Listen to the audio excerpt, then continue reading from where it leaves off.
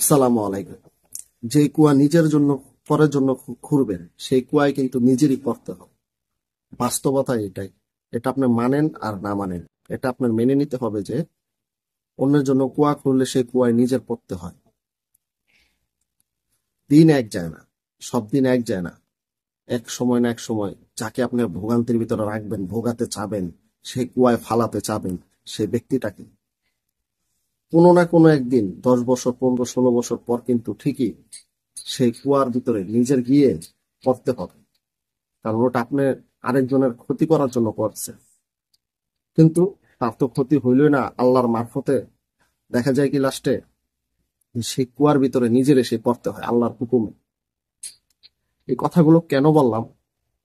দেখুন, শেখ হাসিনার আমলে কারাগার বানিয়েছিল মাননীয় প্রধানমন্ত্রী সাবেক খালেদা জিয়াকে সেই কারাগারে রাখার জন্য, কিন্তু সেই কারাগারে অবশিষ্ট রাখতে পারে নাই। ওই কারাগারে কিন্তু আওয়ামী লীগের নেতা কর্মীরাই অবশেষে গিয়ে বন্দী হয়েছে। সেই কারাগারের অবস্থানটা কোথায় আসুন জেনে নেই বিস্তারিত। যে কারাগারে চেয়েছিল খালেদা জিয়াকে রাখতে, সেটি এখন ফ্যাসিস্ট হাসিনার দোসরদের ঠিকানা। ফ্যাসিস্ট আওয়ামী লীগ সরকারের শাসনামলে মিথ্যা মামলায় অন্যায়ভাবে কারাবন্দী করে রাখা হয়েছিল দেশের সবচেয়ে জনপ্রিয় নেত্রী বেগম খালেদা জিয়াকে। ওই সময় কেরানীগঞ্জ ঢাকা কেন্দ্রীয় কারাগার ভেতর বেগম খালেদা জিয়ার জন্য তৈরি করা হয়েছিল একটি বিশেষ কারাগার। তবে রাজনৈতিক প্রেক্ষাপট পাল্টে যাওয়ায় সেই কারাগারে এখন বন্দী থাকবেন ফ্যাসিস্ট হাসিনার দোসর আওয়ামী লীগ নেতারা। চিন্তা করে দেখছেন, সেই কেরানীগঞ্জ সেই থানা তৈরি, কারাগার তৈরি করা হয়েছিল। অবশেষে সেই কারাগারে কিন্তু বেগম খালেদা জিয়া, দেশ নেত্রী বেগম খালেদা জিয়া কিন্তু সেই কারাগারে যায়নি। গিয়েছে কিন্তু আওয়ামী লীগের নেতাকর্মীরাই গিয়েছে। এই জন্য এই জিনিসটা আওয়ামী লীগ নেতাকর্মীদের বোঝার দরকার ছিল যে আমরা যে কারাগার তৈরি করতেছি সেই কারাগারটাই আমরা কি আদৌ ভবিষ্যতে যাব? ম্যাডাম খালেদা জিয়া যেতে পারবে, বা তাকে ওই কারাগারে আমরা রাখতে পারবো? কোনো না কোনো সময় যদি আমাদের দল ক্ষমতায় না থাকে, সেই কারাগারে যদি আমাদের যেতে হয়, এই জিনিসটা তাদের একবার বিবেক বিবেচনা করার দরকার ছিল। এই জন্যই বললাম যে অন্যের জন্য কুয়া খুঁড়লে সেই গর্তে কিন্তু নিজের পড়তে হয়। এটা হাদিস থেকেও শিক্ষা নিতে হবে। ঠিক আছে, আমাদের মুসলমান ধর্মে কিন্তু এরকমই বর্ণনা দেওয়া আছে যে অন্যের ক্ষতি করলে কিন্তু সে ক্ষতি নিজের হয়ে দাঁড়ায়।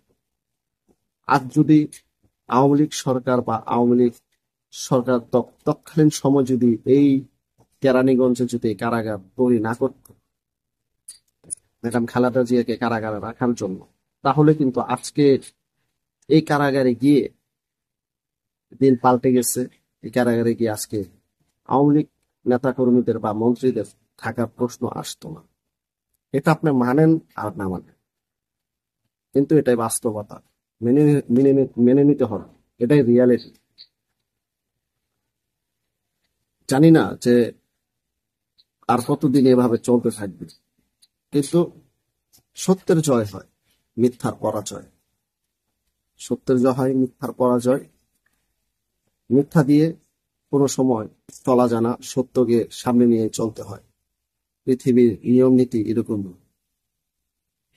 দেখা যাক সামনে কি হয়। হয়তোবা সামনে এমনও হতে পারে যে এই কারাগারে ম্যাডাম খালেদা জিয়াকে রাখার জন্য সে কারাগার তৈরি করা হয়েছিল, আবার সেই কারাগারে হয়তোবা মাননীয় প্রধানমন্ত্রী সাবেক শেখ হাসিনা যখন দেশে ফিরবেন বা তাকে দেশে আনা হবে ইন্টারপোলের মাধ্যমে, হয়তোবা সেই কারাগারে তার যেতে হতে পারে। আমি বলতেছি না সে যাবে, আমি বলতেছি এটাই যে হয়তোবা যেতে পারে।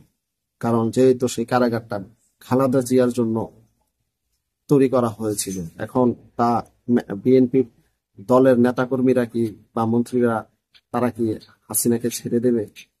ছাড়বে না। হয়তোবা সেই কারাগারে তাকে নিক্ষেপ করবে। দেখা যাক কি হয়, সামনের প্রেক্ষাপট বলে দেবে, সময় বলে দেবে যে এই কারাগারে কারা যাবে। সবাই ভালো থাকবেন, সুস্থ থাকবেন, এবং কি এই ভিডিওতে অবশ্যই আপনাদের মূল্যবান মতামত জানাবেন। ভিডিওটি শেয়ার করতে বলবেন না, অবশ্যই জানাবেন মূল্যবান মতামত, কারা এই কারাগারে যাবে। আল্লাহ হাফেজ।